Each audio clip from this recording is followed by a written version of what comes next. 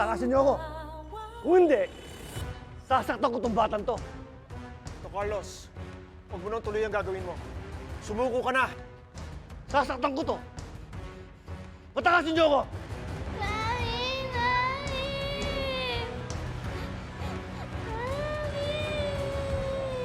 Papatayin ko to. Carlos! Patakasin niyo ako. Huwag mo nang Sasaktan ko ituloy tong yan. batang to. Sumuko ka na lang.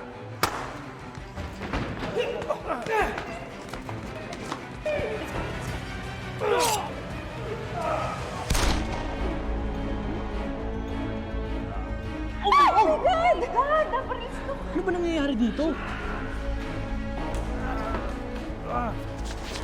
Doc Carlos! Doc Carlos! Doc Carlos! Sandali! Sandali! Sandali! Si Zoe ba yan? Oo, yun. Ano ginagawa niyo? Sorry, umalis ka rito. Bakit siya lumalapit kay Doc Carlos? Tsaka ba't niya pinaprotektahan si Doc Carlos?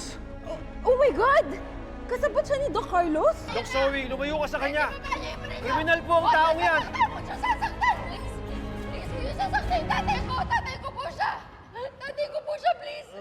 Parang awa niyo na! Ano po Please, sabi huwag ninyo? niyo siya sasaktan. Anak niya po ako!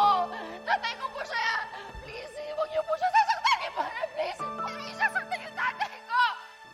Teka. Tama ba yung narinig ko? Tatay daw niya si Doc Carlos? Baka ginawa ni Zoe yan para hindi na magkagulo, para hindi na baril si Doc Carlos. Baka naman... Eh, pero bakit kailangan pa niya sabihin yun? Yun Na nga alam eh, siya ang ni gulo na eh. Carlos. Parang! Inayin ko pa po yung barilin niyo! Please, huwag niyo po siya paparilin. Please. Parang awa niyo na. Sige na, Please. kunin niyo na yan. Dad, please, sumuko ka na lang. Hindi ko susuko. Ayaw ko Sumuko ka na makulong. lang, please. Ayaw ko sumuko. Dad, please. Mas ko gusto ko makulong ka kaysa mawala ka. Please, sumama ka na lang. Please. Please, dalhin niyo po siya sa ospital. Please, dalhin po natin siya sa ospital.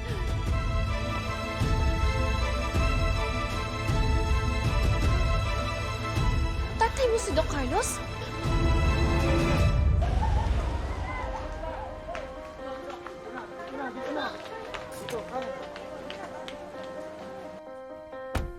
Sir, ano nangyayari? Boss, ano nangyari? Nasa loob po si Doc Carlos Benitez. Nang-hostage ang bata. Ano? Ay, siya si Annalyn.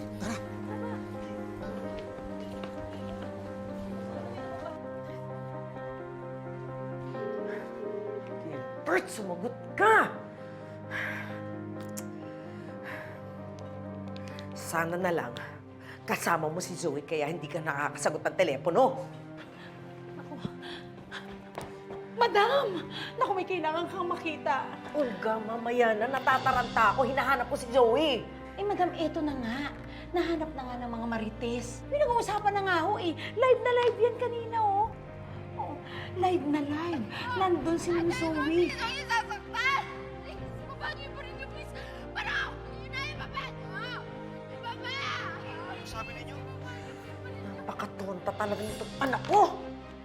I-broadcast ba naman sa buong mundo ang pinakatago-tago niya sikreto? Yun na nga po, ma. Eh, paano na yan? Alam na ng lahat ang katotohanan. Eh, paano ka nahaharap ngayon kay Doc Archie? Wala akong choice. Eh, lumabas na eh.